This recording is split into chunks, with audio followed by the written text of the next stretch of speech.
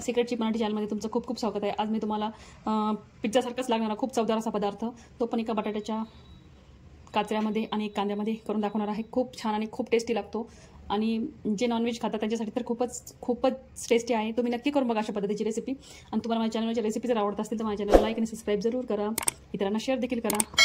हे सॉससोबत इतकं टेस्टी लागतं, हे सॉससोबत खूप टेस्टी लागतं, याची कल्पना तुम्ही करू शकत नाही। म्हणजे नॉनव्हेज खातात त्याच्यासाठी हा अंडा मस्तपैकी एकदम अंडा विथ पिझ्झा एक नंबर टेस्ट आहे। तुम्ही नक्की करून बघा, खूप छान आणि खूप टेस्टी झाला होता, तुम्ही नक्कीच करून बघा।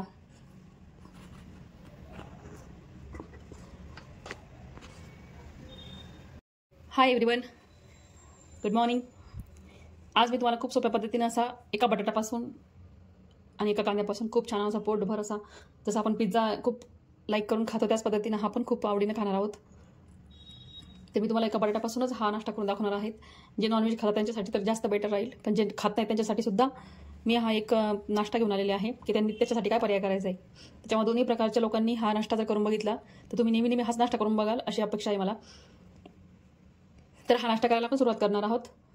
त्यासाठी मी एक मोठा बटाटा घेतलेला आहे, मोठा बटाटा आणि कांदा घेतलेला आहे। आता हा बटाटा मी वरतून कच्चाच आहे आणि हा साल्टी काढून घेतलेला आहे।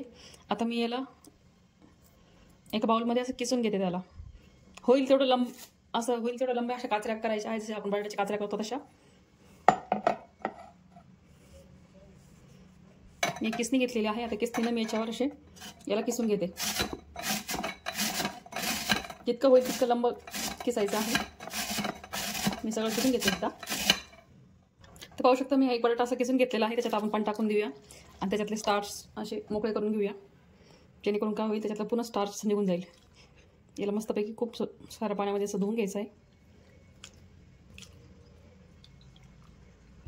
धुतल्यानंतर काय करायचं आहे, एका हातात असं जमा करायचं आहे आणि त्याच्यातलं सगळं पाणी असं काढून घ्यायचं आहे आणि पिळून घ्यायचं आहे। ते पाणी त्याच्यात बिलकुल पाणी ठेवायचं नाही आपल्याला।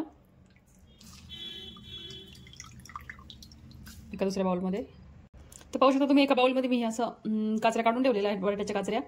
आता मी कांदा कापून घेते। कांदा देखील आपल्याला असं उभाच कापून घ्यायचा आहे, जसं आपण बिर्याणीसाठी कापतो, बारीक आणि उभा। त्यानंतर एक मिरची कापून घेतलेली आहे। आता आपण ह्या मिश्रणामध्ये असा कांदा बारीक करून टाकायचा आहे।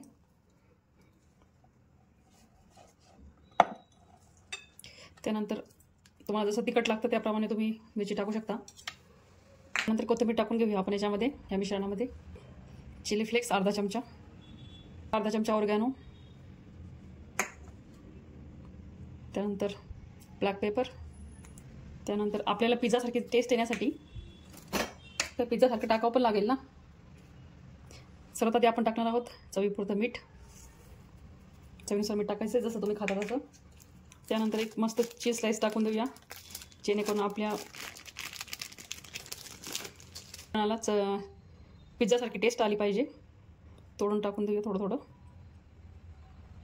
तोडून म्हणजे खाता वेळेस एकदम असं मस्त पिझ्झासारखी टेस्ट आली पाहिजे त्याला। आता काय करायचं आहे, न पाणी टाकता हे आपल्याला सगळं काढून घ्यायचं आहे। आता व्हिडिओच्या सुरुवातीला बोलले होते मी की जे नॉनव्हेज खाते त्यांच्यासाठी कसं करायचं बाबा हे।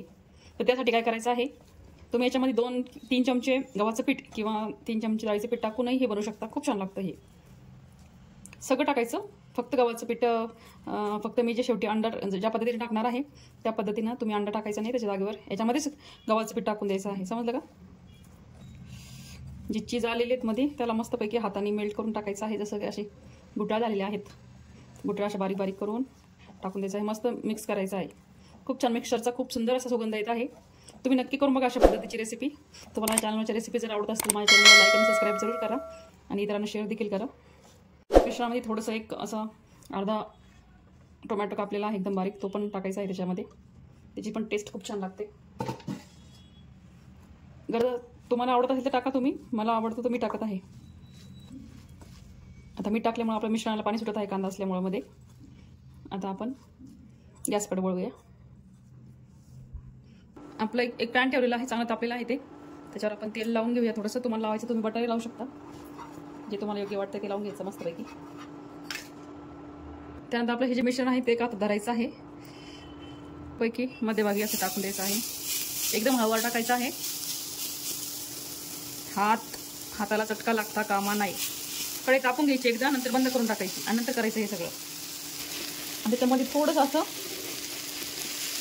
होल करायचं आहे. आपलं चीज मस्त मेल्ट होत आहे आणि मस्त सुगंध येत आहे आपल्याला.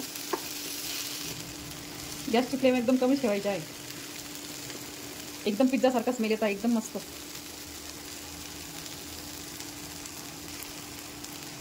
आता काय करायचं आहे, त्यानंतर काय करायचं आहे, एक मस्तपैकी अंडा मध्ये सोडून द्यायचा आहे.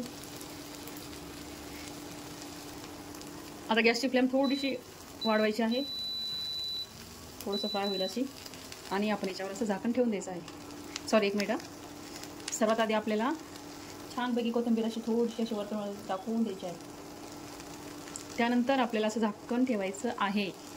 स्किप करू शकता ही गोष्ट तुम्ही, किंवा कोथिंबीर टाकूही शकता. आता आपण झाकण ठेवूया आणि त्याला एक मंद आचेवर एक दोन मिनिट असं फ्राय होऊ देऊया.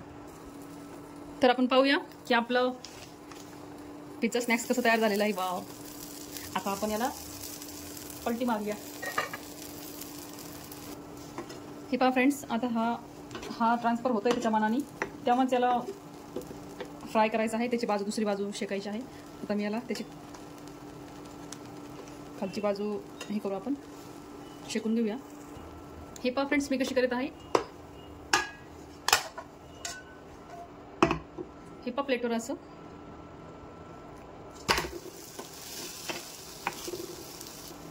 त्याला वरतून तेल लावून घेऊया आपण, जेणेकरून ते छानपैकी फ्राय होईल अजून.